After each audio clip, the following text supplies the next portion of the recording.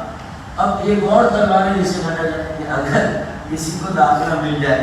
کوئی MBBS میں، BDS میں، بی فارم، BPT، نرسنگ یا الائڈ ہیلتھ سائنس مل بھی جائے تو اس کی فیس سب سے زیادہ ہے۔ پورے سندھ کی جامعات دیکھیں، کراچی کی جامعہ دیکھیں، کراچی کا ڈاؤن میڈیکل کالج اور سندھ میڈیکل کالج، اور اس کو کراچی میڈیکل کالج جو پیور کراچی کے بچوں کا ہے، اس کا فی اسٹرکچر سب سے زیادہ ہے۔ KMDC کا، تو KMDC کی فیس کو باقی کراچی کے تعلیمی اداروں، پروفیشنل تعلیمی اداروں کی فیس کے برابر لایا جائے، ایک بات۔ اور دوسرا پھر ان تمام میڈیکل کالجز جو کراچی میں اور جامعات کراچی میں ہیں، ان کا فی اسٹرکچر بھی جو اندرون سندھ کی جامعات کا فی اسٹرکچر اس کے برابر لایا جائے۔ یہ بھی مڈل کلاس کے بچے ہیں بھائی، ان کی کوئی مطلب ہے کہ لیفٹ رائٹ آمدنی نہیں ان کے والے ہیں، یہ سب سے زیادہ ٹیکس دیتے ہیں، تو اس کا مطلب سب سے زیادہ فیس بھی یہی دیں، یہ تو اور ظلم ہے ناانصافی، اس کو ختم ہونا چاہیے۔ تو میرے خیال میں یہ فی اسٹرکچر جو ہے KMDC کا اور باقی جامعات کا، یہ میرا چوتھا مطالبہ ہے، اس کو کرتا ہوں۔ اسی طرح جو بے ضابطگیاں ہوئی ہیں ان پر ساتھ اول کی میری پچھلی بار سمجھتی ہماری، اس کے نتائج میں بے ضابطگیوں کے لیے جو ایک بائی پارٹی کمیٹی بنی، جس میں ملٹی پارٹی PTI بھی ہے، جماعت اسلامی بھی ہے، پیپلز پارٹی ہے، انہوں نے سروش لودھی صاحب کو یہ کام کیا ہے، وہ جو پارٹ 1 میں جو کچھ ہوا ہے فرسٹ ایئر میں۔ لیکن سروش لودھی صاحب اسٹوڈنٹ پیرنٹ آرگنائزیشن کی ایک ڈیٹا کلیکشن کا بہترین مرکز ہے، جو کچھ والدین نے 20-25 سالوں سے یہ ایک غیر سرکاری تنظیم بنائی ہے۔ ان کی ایکسیس، ان کی رسائی جامعات سے لے کر بورڈ انٹرمیڈیٹ میٹرک، انہوں نے وہاں سے ایسا ڈیٹا کلیکٹ کیا ہے جو کہ ہمارے وفاق کے صوبائی جو شماریات کے محکمے انہیں کرنا چاہیے۔